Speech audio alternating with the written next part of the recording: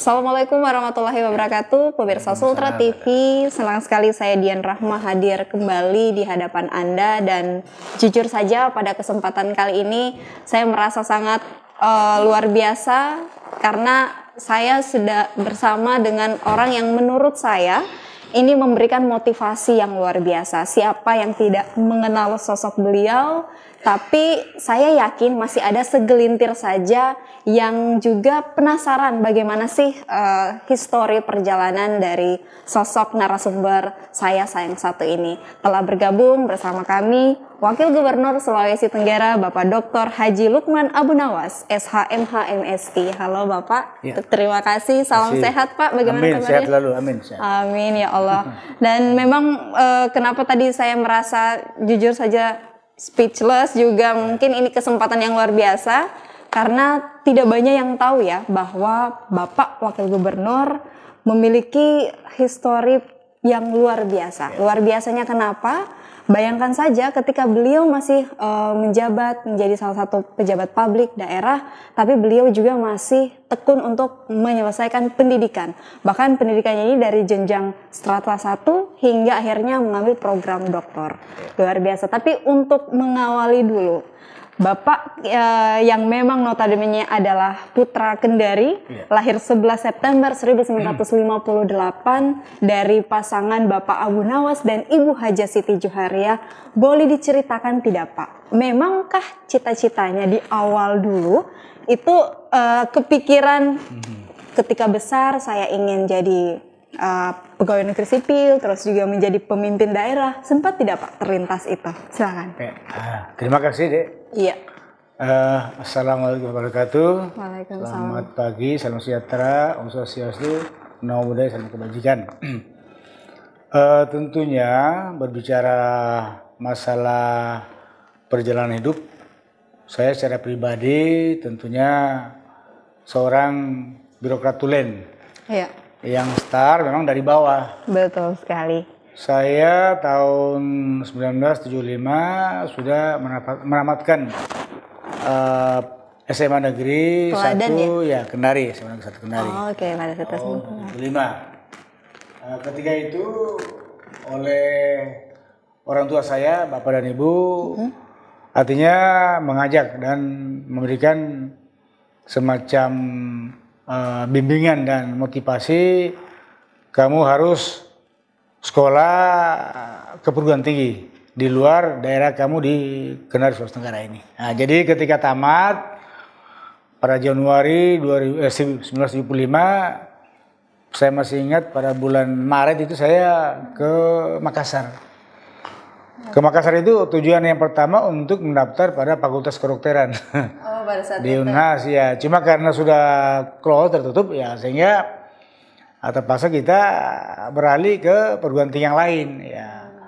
Nah, jadilah saya waktu itu karena perguruan tinggi negeri yang ada selain Unhas adalah IKIP waktu itu. Institut Keguruan Ilmu Pendidikan di Gunung Sahari. Jadi saya mendaftar waktu itu karena memilih supaya perguruan tinggi yang negeri. Alhamdulillah saya mendaftar lolos ya. Fakultas Keguruan Teknik FKT, masih ingat. FKT gitu ya Pak ya. Keguruan Teknik ya. Iya, Keguruan Teknik. Cuman karena baru mau mendaftar ulang ya, orang tua saya meninggal, bapak ayah saya bulan Maret waktu meninggal, tanggal 25 Maret, masih ingat, masih ya. Sementara Makassar, terus saya pulang karena meninggal, ya ikuti pemakaman, ya kurang lebih seminggu saya balik. Nah, tapi sebelum saya balik dipanggil sama keluarga. Nah, waktu itu kebetulan keluarga kami Pak Anas Bungkasi almarhum masih Sekda Kendari waktu itu. Ya. Beliau Sekda Kendari sampaikan, Ananda Lukman, kamu masuk aja PDN, ya utusan pemerintah daerah Kabupaten Kendari ya. Jadilah saya diberikan rekomendasi waktu itu. Jadi itu perjalanan. Pantas itu. Pak ya, dari 1975 ke 1976 kan sudah jadi PNS ya pemerintah. Iya, 76 ya. Jadi saya lanjutkan. 1975 saya masuk APDN ya, pada bulan April Mei waktu itu. Juni mulai kuliah. Cuma kuliah waktu itu karena orang tua kan sudah meninggal, terutama orang tua ayah anak kami saya. Lain kalau masih ada. Jadi masalah-masalah kebutuhan-kebutuhan sebagai seorang mahasiswa tentunya kan pasti banyak membutuhkan, apalagi awal ya gitu itu. Nah itulah sehingga baru 3-4 bulan kuliah di APDN karena terbentur ya macam-macam lah.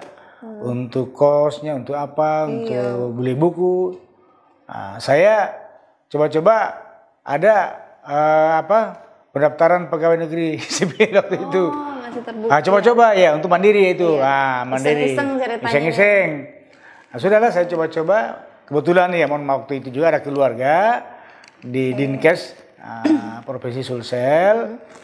Ya bisa membantu waktu itu. Ya kebetulan saya juga waktu itu tes ya lulus.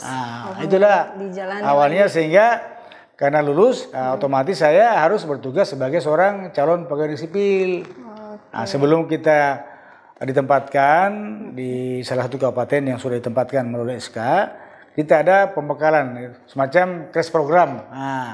Kita crash program 6 bulan. 6 bulan kita sebagai calon pegawai negeri sipil pada proyek sanitasi, air bersih sanitasi lingkungannya pada Kementerian waktu itu masih Depkes ya. Depkes pada Dinas Kesehatan Provinsi Selatan yang akan ditempatkan, disebarkan di beberapa kabupaten kota. Itulah awalnya. Alhasil lulus waktu itu. Jadi saya otomatis APDN sudah berhenti selama 3-4 bulan saya kuliah. Jadi bulan 6-7 itu saya sudah nggak aktif, saya cuma bermohon cuti. Alasan orang tua sakit. Jadi masuk di crash program sekolah untuk pengembangan proyek air bersih. Kami di crash program 6 bulan. Itu ceritanya. Jadi 6 bulan persis selesai bulan Desember. Desember langsung diproses untuk pengangkatan. Ya pada bulan Maret, saya masih ingat 1 Maret 1976 saya diangkat sebagai CPNS. Nah itu awalnya. Ditempatkan kebetulan di Maros. Di Maros ya. 1 Maret gitu ya. Gimana itu? Mulai awal kerja saya sih. Dan akhirnya terus berlanjut di tahun 83 sampai 86 di Pemprov Sultra ya. Jadi saya lanjut sedikit. Begitu saya ditempatkan di Maros sebagai CPNS pada Pemda Kabupaten Maros pada proyek air bersih diperbantukan kepada Dinas Kesehatan. Otomatis kuliah saya di APDN sudah nggak aktif lagi, karena sudah full. Kemudian tahun 77 saya mau kembali lagi ke APDN, tapi kan sudah lewat 1 tahun. Terpaksa saya hanya kuliah tapi di kampus APDN, tapi bukan lagi di APDN ya, tapi Sekolah Tinggi Ilmu Administrasi. Itu. Tingkat akademi ya. Masih sama jurusan administrasi negara. Saya kuliah tingkat akademi untuk Sekolah Tinggi Ilmu Administrasi, tapi di kampus APDN. Kuliahnya sore hari itu.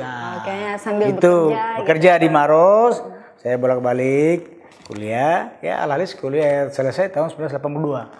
Dan akhirnya kembali ke Sultra ya Pak? Itu Sultra. Nanti 7 tahun saya mengabdi di Maros, baru mau pindah. Sultra itu. Akhirnya itulah yang awalnya, mengawali ya. Mengawali karirnya sebagai birokrat. Betul. Kenapa dibilang birokrasi itu, Len? Luar biasa. Nanti berentet ternyata pemirsa ya. Mulai dari tahun 1976 sudah pegawai. 1986 ini menjadi PLTK Subak Dokumentasi. Jadi 76 saya mulai CPNS mengabdi di Kabupaten Maros selama 7 tahun. 1983 kebetulan saya sudah selesai sarjana muda BA, saya pindah ke provinsi. Itu awalnya, sehingga 1983 karena saya tidak direstui untuk pindah, kan dibutuhkan tenaga di Kabupaten Maros, saya berhenti baru melamar di Pemda provinsi dengan sarjana muda. Sehingga mulailah 1983 saya sebagai pegawai negeri sipil Pemda provinsi. Itu ceritanya kan. Luar biasa ya Pak. Dan itu rupanya juga pemirsa perlu tahu, dari situlah mulai berkarir Bapak Lukman sampai pernah memang nih birokrasi Tulen karena memang betul-betul dari bawah. Bayangkan saja dulu juga sempat menjadi sekretaris wilayah kecamatan ya Pak. Iya, jadi tadi diangkat di Pemda Provinsi 1 Juli 1983. Kemudian di Pemda itu saya ditempatkan di BP7, Badan Pembinaan P4 itu, sebagai Kepala Subag Dokumentasi itu. Ya, pada saat itu. Itu. Setelah itu selesai lagi lanjut di S1 Sospol, Unhalu waktu itu. Satu. Dan memang kalau saya lihat ini Pak, karena kayaknya tidak ada tahun yang kosong ya. Iya, betul. Setelah jabatan ini selesai, ada lagi. Iya. Jadi begitu. Kasubag Dokumentasi saya kuliah lanjut selesai 86 S1. Masih istilahnya dokter Andus waktu itu. Nah, itu ceritanya.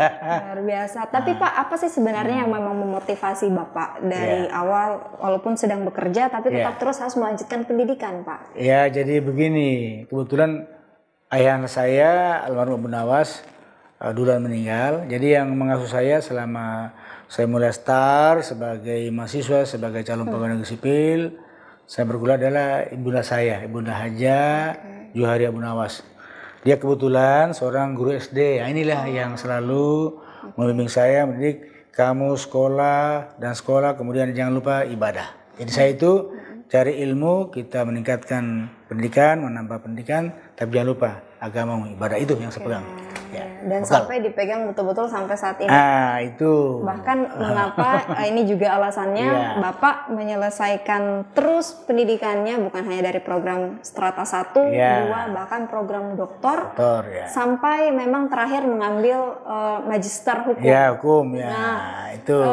Memang dari awal ini kan agak tertarik sebenarnya ya Pak. Siksak istilahnya, siksak. Iya. Kenapa? Apa yang menjadi alasan sebenarnya? Jadi begini. Jadi kan saya 1983 kan di BP7 Pemda Provinsi. Jadi akhir 1986 saya diminta keluarga saya di Otobi, waktu itu masih Kabupaten Kendari. Nah, kebetulan Pak Anas Jual Almarhum masih sekda waktu itu. Nah, bilang kau pindah mengabdi di kampungmu. Itu saya kan kelahiran Otobi. Jadi 1986 Oktober saya pindah ke Pemda Kabupaten Kendari. Nah, selanjutnya November ditunjuk sebagai Sekcam, Sekretaris Camat, Sekwilca waktu itu, Sekretaris Wilayah Kecamatan Otobi. Nah, pada 1987, Maret 87. Nah, kemudian kurang lebih 2 tahun saya diangkat camat. Nah, camat. Waktu camat saya sekaligus juga kuliah lagi di S1 Hukum di Unsultra.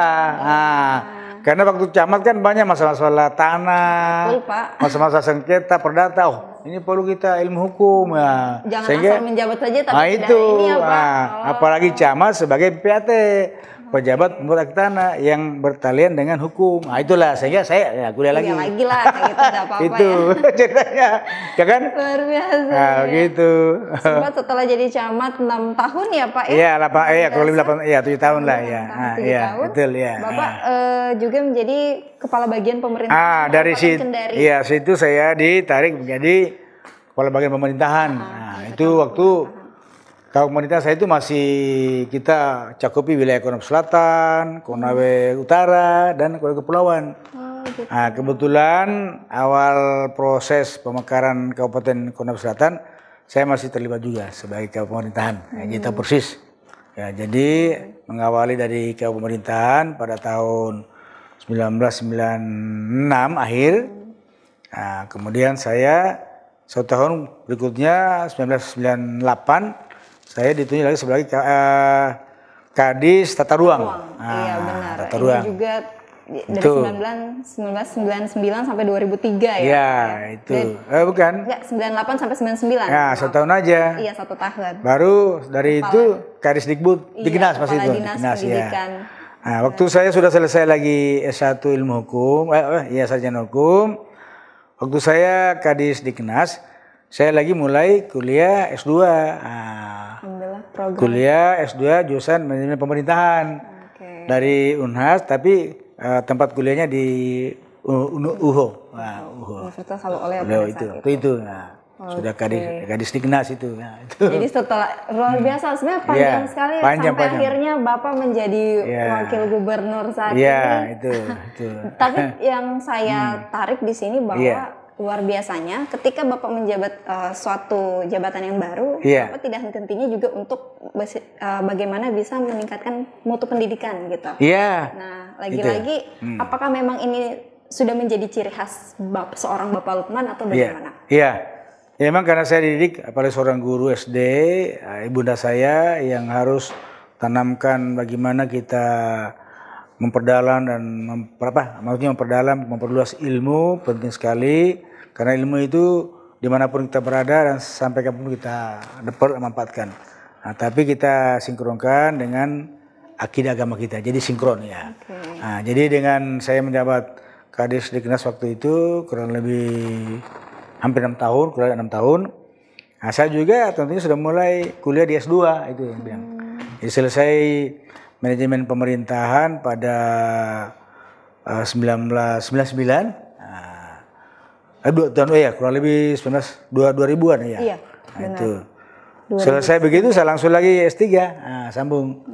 Jadi begitu selesai S2 saya sambung S3. Nah, bahkan di tahun 2003 sampai 2008 Bapak sudah menjabat sebagai bupati. Dari Kendari Kadis Diknas saya kan mulai 1998 sampai 2003. Benar. 2003 Januari itu sebenarnya saya lolos untuk Sekda Kabupaten Kendari. Cuma sudah kepilih jadi bupati melalui DPRD ya, sehingga saya tidak dilatih lagi sebagai sekda. Tapi saya menjadi bupati dari basic jabatan Kadis Diknas ya itu. Luar biasa. Bertahan lanjut, tidak berhenti di situ. Jalan lagi. Jadi Bupati Konawe juga setelah itu ya Pak. Jadi waktu itu 2003 masih istilahnya Kabupaten Kendari. Kabupaten. Nanti 2004 saya rubah namanya menjadi Kabupaten Konawe. Karena waktu itu 2003 sudah mekar Konawe Selatan. Nah, sehingga waktu itu Pak Menteri Dalam Negeri, Pak almarhum, Pak siapa ini, yang mantan Gubernur Jawa Barat, tanya kenapa kok induknya Kabupaten Kendari, pemekarannya Konawe Selatan. Saya bilang sama Pak Menteri, Pak Hari Sabarno ya, almarhum. Pak Menteri mohon maaf, kebetulan Kabupaten Konawe Selatan ini adalah bagian dari Kerajaan Konawe. Jadi kita mengembalikan jadi nama Kerajaan Konawe, kerajaan yang cukup besar terkenal di wilayah daratan ini. Nah, sehingga dengan inspirasi ini begitu Konawe Selatan mekar 2003, 2004 saya usulkan untuk perubahan nama. Nah, itulah pada bulan 6 untuk perubahan nama dari Kabupaten Kendari menjadi Kabupaten Konawe. Nah, itu ceritanya ya. Sampai akhirnya setelah jadi Bupati Konawe juga 2 periode ya Pak. Saat itu 2007 saya mekarkan Konawe Utara. Nah, itu Utara. Luar biasa. Utara. Hebat loh Bapak. Alhamdulillah. Pengabdian tanpa batas mengabdi. Ini baru namanya kayaknya mengabdi tanpa batas Pak. Karena tanpa batas, tanpa mengenal waktu, tanpa mengenal tempat di mana. Itu Sulawesi Tenggara. Pentingnya kita mencari ilmu, menuntut ilmu dan punya pendidikan yang bermanfaat untuk masyarakat. Betul sekali. Alhamdulillah di 2014 sampai 2018 Bapak sebagai sekda itu dan akhirnya 2018 menjadi wakil. Alhamdulillah insyaallah. Alhamdulillah the next kita menanti yang terbaik insyaallah untuk Bapak Lukman ya. Oke Pak, dari sekian banyak proses yang Bapak lewati, apa yang memang menjadi pelajaran terpenting yang akhirnya ini menjadi sebuah prinsip besar yang Bapak pegang? Jadi mohon maaf, saya sebagai birokrat, saya diangkat mulai 1 Maret 1976. Kemudian saya pensiun karena, sebenarnya belum pensiun waktu itu, cuma karena kita mendaftar sebagai calon wakil gubernur, maka undang-undang harus kita mundur dari pegawai negeri sipil. Jadi bulan 4 itu saya mundur, semestinya nanti 1 Oktober saya pensiun. Jadi pengabdian saya kurang lebih 42 tahun. 42 tahun. Makna yang bagaimana saya mengambil hikmah dari perjalanan karir saya, yang pertama bahwa kita sebagai ASN, sebagai pegawai sipil adalah wajib untuk selalu mengabdi kepada bangsa, negara, dan masyarakat dengan disinkronkan dengan bagaimana akidah agama kita yang merupakan fundamental. Nah, itu. Yang kedua, jadilah sebagai seorang pemimpin yang bermanfaat untuk masyarakat. Jangan kita sebagai pemimpin kok kita lebih utamakan kepentingan individu dan keluarga. Kita utamakan masyarakat.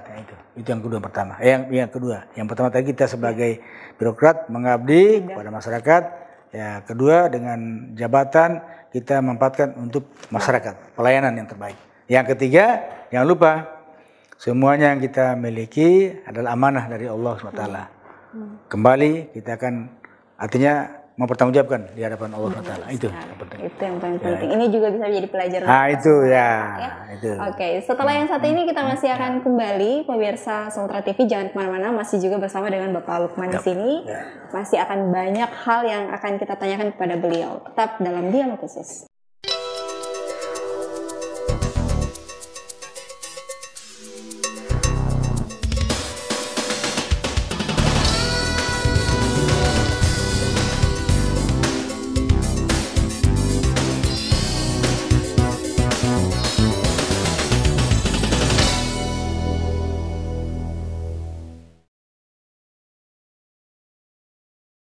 Terima kasih, kita kembali lagi pemirsa Sultra TV.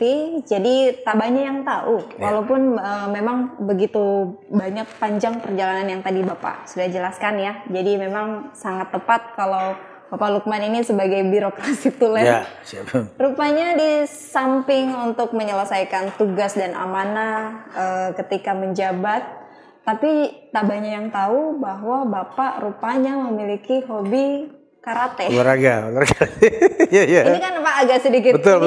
Iya. Boleh diceritakan tidak Pak? Hobinya ini memang sudah kecil. Boleh ya. Silakan Pak. Jadi kebetulan saya waktu masih SMP, lanjut SMA sampai perguruan tinggi itu hobi olahraga. Gitu. Tapi olahraga saya olahraga untuk sehat, bukan untuk gagahan apa cari-cari bukan.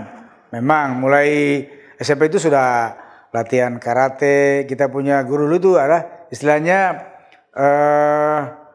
karate campur silat ya, tapi belum secara resmi formal dia punya perguruan olahraga karena masih artinya secara individu guru kami yang mengajarkan ya. Nah, kemudian SMA lanjut itu juga SMA kita lanjut, terus saya juga lagi punya guru silat, tapi dia istilahnya silat kontau Cina itu istilahnya ya biasanya di kayak Kemara itu kan ada kelompok anak muda, mari kita olahraga untuk membina generasi muda supaya jangan punya pemikiran yang negatif. Itu aja kita bina. Saya juga hobi olahraga, bola, kemudian bulu tangkis, karena semata-mata untuk membina generasi muda supaya terarah dan tidak berpikiran yang negatif. Itu aja. Nah, jadi SMA, dari SMP kita belajar karate saya. Kemudian SMA belajar silat kontau Cina, kemudian ke perguruan tinggi ya sudah mulai wadah Forki, nah itu Forki, perguruan bela diri Inkai, Institut Karate Do Indonesia sampai sekarang. Sampai sekarang. Nah, jadi kalau sekarang mungkin masih tetap ingat ya Pak? Iya. Jurus karate. Oh masih lah. Saya Desember yang lalu haluan tahun Inkai yang ke-50. Iya. Kebetulan saya sebagai Ketua Pengprov, Ketua Pengurus Daerah Provinsi Sulawesi Tenggara, Institut Karate Do Indonesia Sulawesi Tenggara, diundang oleh pengurus besar Inkai untuk ujian kenaikan dan 7. Kebetulan saya waktu itu dan 6 sudah 5-6 tahun, ya sehingga kita diundang. Kami ujian betul, bukan ujian pemberian, bukan ya ujian, ya jurus kata, kemudian jurus dasarnya, kemudian sampai perkelahian komite itu ya itu. Itu. Jadi kita betul-betul jalan yang bukan pemberian ya. Iya, bukan asal-asal, tapi bukan, memang melewati tes juga, ya. jadi ada proses juga. Itu. Luar biasa. Tapi sekali lagi olahraga untuk sehat ya, dan membina generasi muda. Betul. Ya. Karena memang kalau tubuh kita sehat, ini kan sebenarnya akan menunjang juga dengan itu. apa yang kita kerjakan ya Pak ya, pasti akan berpengaruh. Ada peristiwa olahraga mensano in corpore sano. Di dalam tubuh yang sehat terdapat jiwa yang sehat ya itu. Mungkin makanya kenapa sampai sekarang alhamdulillah Alhamdulillah. Bapak Lukman sehat. Sekarang juga sejak tahun 2019 saya bentuk KPK, Komunitas Pejalan Kaki, ya, bersama-sama dengan Bapak yang bentuk ya? Iya. Ginting, teman-teman dari kampus, dari birokrat, Pemda Kota, Pemda Provinsi, pengusaha-pengusaha. Jadi kita kalangan semua ini. Iya lagi. Kita punya kumpul Sabtu Minggu di MTQ. Tapi masih jalan Pak sekarang? Masih ya. Jadi saya juga mantan ketua KONI, ketua Komite Olahraga Nasional Indonesia Sulawesi Tenggara. Ya. Kayaknya sangat pas Pak. Ya. Kita memang melihat story perjalanan Bapak yang memang juga menyukai olahraga. Siap, ya. Jadi ya memang wajar, penting ini inspirasi untuk seluruh generasi muda juga kita ya Pak. Biar ketika tubuh mereka sehat, pasti saya yakin juga semuanya pikiran sehat, jiwanya juga sehat kayak gitu. Nah selain memang juga sebagai kita tahu Bapak di birokrasi sebagai Wakil Gubernur Sulawesi Tenggara. Bapak kan juga memang Ketua Dewan Masjid Indonesia. Kalau kita lihat ini memang selaras dengan prinsip yang tadi Bapak katakan bahwa memang agama, akidah ini juga memang harus jalan berbarengan. Betul. Gimana kalau Bapak tanggapan Bapak memang saat ini ya kita tahu kan anak-anak muda juga kebanyakan mulai karena banyaknya pengaruh mungkin Pak. Akhirnya akidah dan agama mulai tergeser. Ini menurut Bapak seperti apa sih? Saya sebagai pimpinan wilayah Dewan Masjid Indonesia sejak 2019. Yang lantik waktu saya itu Pak Komjen Purnawirawan Pak Sapudin, Wakil Ketua Pimpinan Pusat, Wakil Pak JK. Jadi Dewan Masjid ini merupakan organisasi pembinaan agama, khususnya agama Islam. Agama Islam yang punya basis di masjid. Karena masjid merupakan pusat pembinaan akhlak mental, pusat dakwah dan pusat ibadah. Jadi prinsip-prinsip masjid yang perlu kita makmurkan jamaahnya. Kemudian juga kita bagaimana memakmurkan jamaah. Memakmurkan artinya bagaimana dengan masjid ini kita bisa olah bisnis, kita berikan pemikiran-pemikiran yang positif, bagaimana kita berupaya, berusaha di jalan Allah dan bagaimana bisnis yang sesuai dengan ajaran agama Islam. Jadi Dewan Masjid itu bagaimana membina akhlakul karimah semua unsur anak muda, orang tua, wanita, pria dan anak supaya mentalnya terarah, tidak mudah terpengaruh hal yang negatif. Jadi perlu pemahaman akidah sehingga sejak awal, apalagi sejak tingkat SD, SMP, SMA itu kadang-kala gejala anak muda yang biasa tidak terkontrol. Tapi kalau sudah kita tanamkan jiwa-jiwa yang bernuansa Islami, saya kira mudah-mudahan bisa kita artinya mengerem dapat jadi benteng buat kita. Iya, ini yang memang harus sebenarnya disadari oleh para generasi muda. Penting. Dan memang ini juga saya yakin makanya kenapa prioritas program-program dari Bapak Lukman beserta dengan Gubernur yang kita kenal dengan 5 pilar itu itu Sultra. Saya mulai mensinkronkan makanya kenapa ada Sultra cerdas, Sultra sehat. Karena mungkin di dalam jiwa yang sehat, tubuh yang kuat, itu akan mempengaruhi juga kecerdasan kita, niat kita untuk terus mengembangkan pendidikan. Makanya ada program Sultra cerdas, gitu kan ya Pak. Begitu. Untuk kalau sehat ya ada Sultra sehat seperti itu. Jadi begini Mbak, kebetulan waktu kami dipercaya oleh masyarakat, kami punya visi misi. Jadi visi kami berdua, Pak Limasis sebagai gubernur, saya sebagai wakil gubernur Haji Lukman, menuju Sultra yang aman, maju sejahtera dan bermartabat. Kemudian dengan 5 pilar, yaitu program Sultra Sehat bidang kesehatan masyarakat, Sultra Cerdas bidang pendidikan, kemudian yang ketiga Sultra Peduli Kemiskinan, membantu masyarakat tidak mampu, kemudian program Sultra Beriman dan Berbudaya, pembinaan keagamaan, kemudian yang Sultra yang produktif. Semua potensi sumber daya alam yang ada di Sulawesi Tenggara kita manfaatkan untuk peningkatan produktivitas usaha-usaha demi kesejahteraan masyarakat. Itu 5 pilar. Kemudian dengan moto Garbarata, gerakan akselerasi pemerataan pembangunan antara wilayah daratan Dan dengan wilayah lautan atau kepulauan. Nah, itu Garut Barata. Nah inilah yang memang dituangkan juga sama Bapak Iya. sampai sejauh ini. Makanya kenapa Iya. Bapak sangat konsen terhadap kesehatan, Iya, itu. pendidikan, Nah, ya, semua. Pak. Dan juga tak lupa ya kita sebagai umat yang beriman. Ya, itu kembali sudah lagi, beriman. Ya. akidah dan akhlak luar biasa. Betul.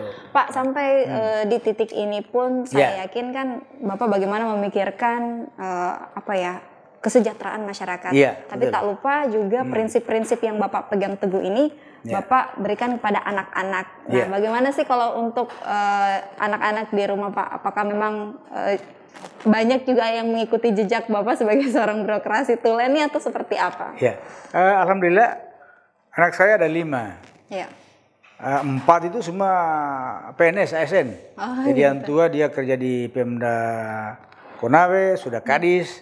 Yang kedua juga pegawai Pemda di Konawe sebagai kepala bidang, sekretaris dinas. Kemudian yang ketiga juga PNS, dia di Konawe juga, di Bapenda. Kemudian yang keempat juga PNS, dia dari tamatan IPDN. Nah, dia sekarang di Koltim ya sebagai sekretaris dinas. Nah, kemudian yang kelima yang bungsu sementara kuliah sudah 2 tahun ini. Jadi saya dalam rumah tangga yang pertama saya berikan pembinaan adalah akhlak agama. Harus patuhi agama, iman takwanya betul-betul mantapkan. Kemudian kedua perlu menimba ilmu. Ilmu penting buat diri kita dan kepentingan masa depan. Nah, kemudian ketiga jangan lupa kita sebagai makhluk sosial kita senantiasa hidup untuk saling menghargai, menghormati, dan saling membantu. Itu prinsip kehidupan. Oke. Tapi sempat di awal memang Bapak atau sebenarnya memberikan kelonggaran saja kepada anak-anak ketika besar nanti mau jadi apa terserah saja atau memang sudah dibentuk dari awal bahwa akan menjadi aparatur sipil negara atau seperti apa Pak? Ya jadi begini, waktu saya kebetulan, mohon maaf waktu Bupati Kendari dan Konawe, ya anak saya waktu itu sudah ada yang kuliah 3 orang. 3 orang di Jogja. Jadi begitu mereka selesai, ya kebetulan ada penerimaan PNS, ya sudah. Mereka sudah. Saya juga tidak wajibkan untuk masuk PNS. Kalau mau ya saya silakan, mau masuk jadi PNS monggo, mau jadi swasta boleh ya. Jadi mereka pilih untuk PNS dan tes ya alhamdulillah lulus ya. Itu ya memang mereka sendiri. Iya betul. Ya, walaupun misalnya yang perempuan suaminya juga ada pengusaha, yang laki-laki ada istrinya jadi anggota DPRD, ya artinya ya bagaimana masing-masing ya keluarganya dia bisa bimbing dan bagaimana mengarahkan yang baik gitu. Yang paling terpenting itu tadi ya prinsip-prinsip saja yang Bapak pegang yang coba untuk diberikan kepada anak-anak. Itu yang pertama. Itu yang paling penting ya. Siap. Dan sampai sejauh ini dari sekian panjang proses perjalanan dari seorang Bapak Lukman Abu Nawas, kita tahu memang di awal kan sempat waktu kita flashback kembali yang tadi bahwa memang awalnya mau daftar menjadi kuliah kedokteran ya Pak. Iya itu. Apakah memang cita-cita awal itu jadi memang dokter? Memang begitu mau dokter, tapi kan ya Allah kita ya barangkali belum merestui juga sudah jadi. Tapi alhamdulillahnya birokrasinya tulen loh Pak. Sudah 42 tahun ya. tahun mengabdi kita. Luar biasa. Nah ini mungkin juga pelajaran untuk kita bahwa apapun profesi, apapun pekerjaan kita ya tetap yang paling penting adalah loyalitas. Itu yang utama. Itu yang utama dan itu yang Bapak terapkan dan alhamdulillah memang sampai sejauh ini ya Bapak menunjukkan pengabdian yang tanpa batas. Jadi prinsip saya hidup ini adalah mengabdi kepada agama, bangsa dan masyarakat. Wama khalaqtul jinna wal insa illa liya'budun. Allah menciptakan bangsa jin dan manusia untuk menyembah mengabdi kepada Allah semata, kepada masyarakat, bangsa dan agama. Nah, itu yang paling utama kita mengabdi. Jadi ilmu yang kita dapatkan kita persembahkan ke masyarakat. Jabatan yang kita dapatkan ya persembahkan. Harta rezeki yang kita dapatkan ya kita persembahkan. Ya. Kita bersedekah, kita berinfak sebagainya itu. Luar biasa. Itu aja kayaknya.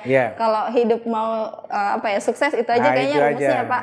Karena semua itu kan seorang pemimpin kan memang ditakdirkan oleh Allah, memang sudah diberikan rahmat.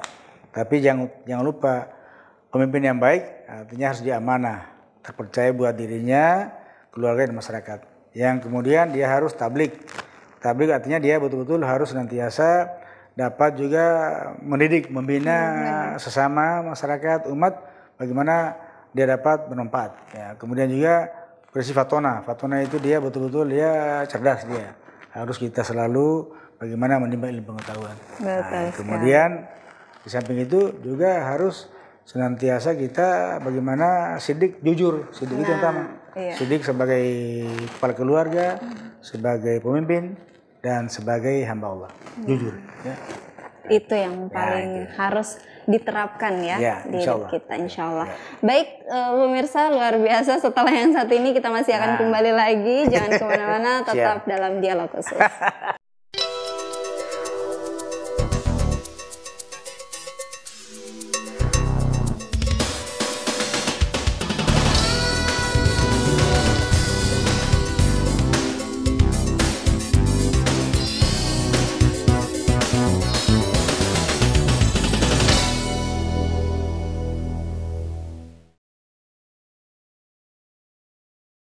Terima kasih, kita kembali lagi. Jadi sifat-sifat serta yang tadi sudah dijelaskan oleh Bapak Lukman memang harus diterapkan karena inilah sebenarnya yang menjadi kunci utama ketika kita menjadi seorang apapun itu, mau menjadi pemimpin daerah atau menjadi seseorang yang memang dipercayakan oleh masyarakat dalam mengemban amanah, ya memang kita harus menerapkan sifat-sifat yang tadi sudah dijelaskan. Luar biasa.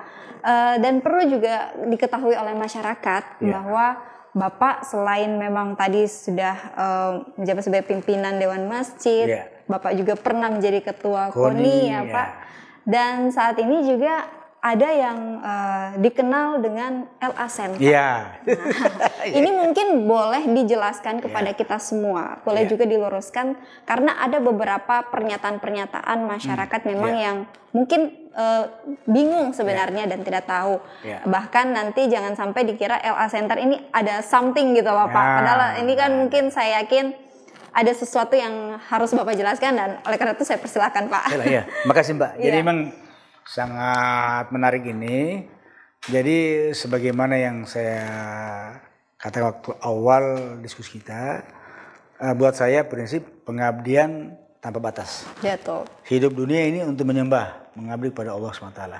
Kemudian bagaimana perlunya kita menimba ilmu dan bagaimana akidah agama kita betul-betul selalu pertahankan. Nah, sehingga dengan adanya berdirinya lembaga Yayasan Kemanusiaan LA Center ini atau Lukman Center, ya sebenarnya LA Center ini bukan nanti sekarang kita bentuk atau kita laksanakan pelayanan apa saja. LA Center ini sebenarnya cikal bakal dari yayasan orang tua kami.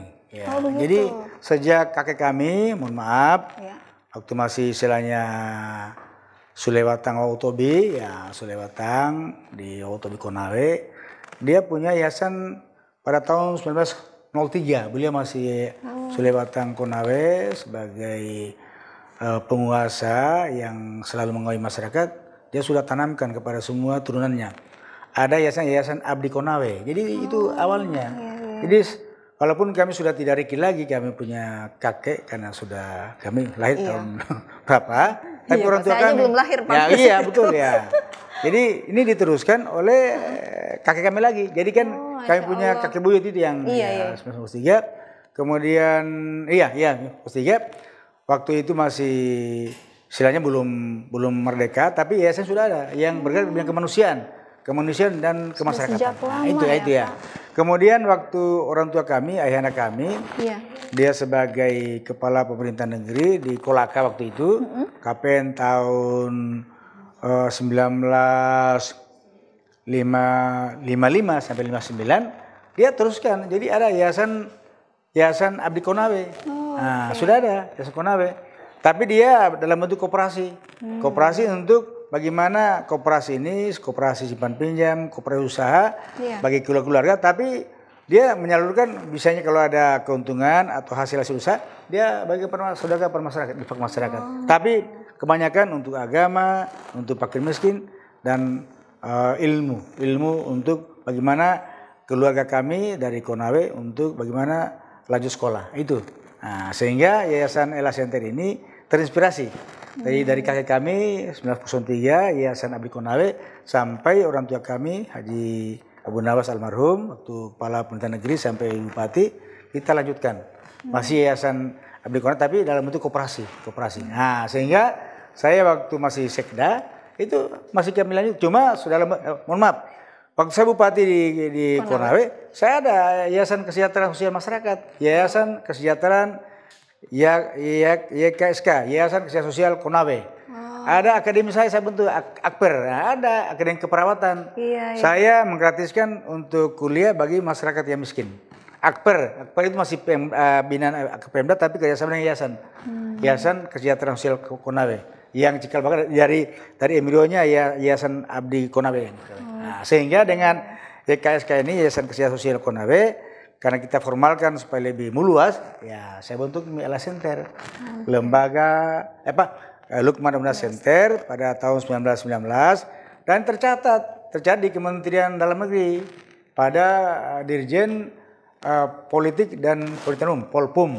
Nah, jadi dia sebagai yayasan kemanusiaan, yayasan kesejahteraan masyarakat. Jadi kemanusiaan dan kemasyarakatan yang bergerak antara lain di bidang pendidikan, bidang kesehatan, bidang pemberdayaan masyarakat, bidang hukum, bidang pendidikan dan sebagainya. Jadi bukan yayasan politik, nggak ada.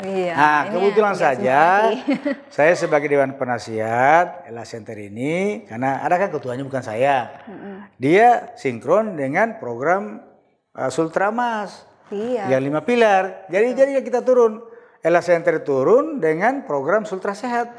Kita pengobatan gratis, sunatan gratis. Program peduli kemiskinan, bawa sembako, bantuan masyarakat miskin. Jadi tidak ada unsur politik. Ya, nggak ada. Ini ya. Nggak ada. Kemudian ada kita punya yayasan MCF. Saya sebagai Dewan Pembina. Asian Muslim Charity Foundation, Yayasan Muslim Asia. Saya Dewan Pembina. Ada kucuran dana dari Yayasan Muslim Asia ini untuk pengadaan obat-obatan. Kemudian honor-honor misalnya bedah rumah. Jadi kami juga ada bedah rumah. Bedah rumah dari program Sultra Peduli Kemiskinan. Jadi APBD dari Pemprov yang tidak cukup ya dari MCF yang ada. Kemudian juga kami ada kas donatur dari Ella Center. Ya kita punya ada usaha pertambangan, usaha kebun sawit ada. Jadi kami bukan mau kita mengambil dari dana yang tidak resmi, kita formal. Nah, jadi itu Ella Center. Ini terbentuk sudah 19 Iya, jadi dia ada yayasan yang punya akte notaris, punya akte di Dinas Kesbang Provinsi, kemudian di Dirjen AHU, Kementerian Hukum Ham, dan tercatat di Dirjen Polkum. Jadi ini betul-betul itu, resmi. Politik dan pemerintahan umum. Resmi jadi lembaga yayasan kemanusiaan dan kemasyarakatan, bukan politik. Luar biasa ya Pak. Malah kita membantu program Pemda Sultra yang pelan ini sudah keliling juga kabupaten. Kita sunatan massal, bayangkan sudah 12.000 lebih yang disunat. Gratis. Kalau di puskesmas kadang-kala sudah murah, kalau 700.000 ini gratis karena kita obat-obatan, alat-alat semua dibantu dari MCF. Luar biasa.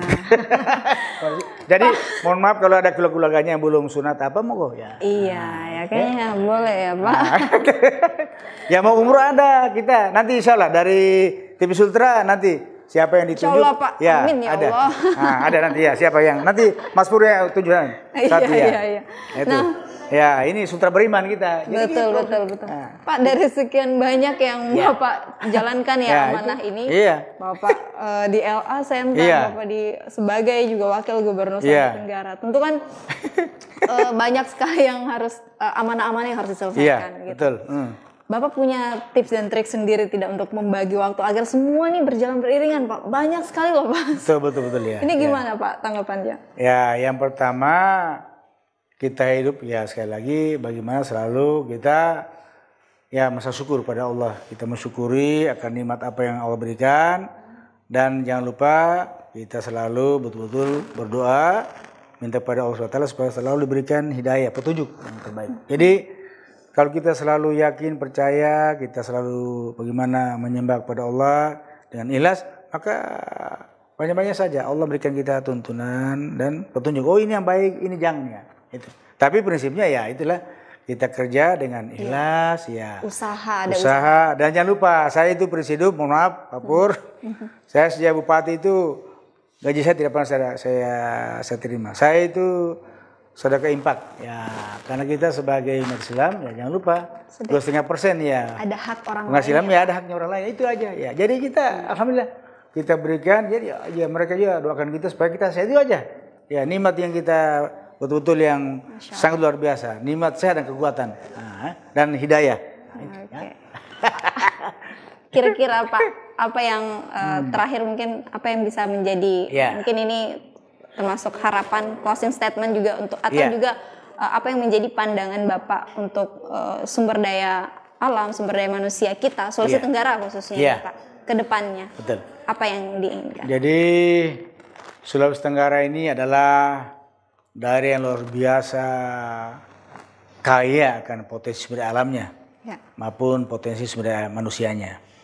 Jadi yang pertama tentunya mari kita kelola dan manfaatkan dengan sebaik-baiknya dan penuh kebersamaan. Tentunya kalau jajaran Pemda Provinsi tidak mungkin mampu memanfaatkan secara sendiri-sendiri. Ya, pasti ada bantuan para investor, kemudian juga dari kementerian lembaga pemerintah, bagaimana misalnya potensi SDM kita, sumber daya mineral ya, pertambangan yang cukup luar biasa. Karena untuk potensi tambang nikel di Indonesia yang terbesar di Sulawesi Tenggara. Ada 6 kabupaten. Benar. Konawe Utara, Kolaka Utara, kemudian Kolaka, kemudian Konawe Selatan, Bombana dan Konawe sendiri.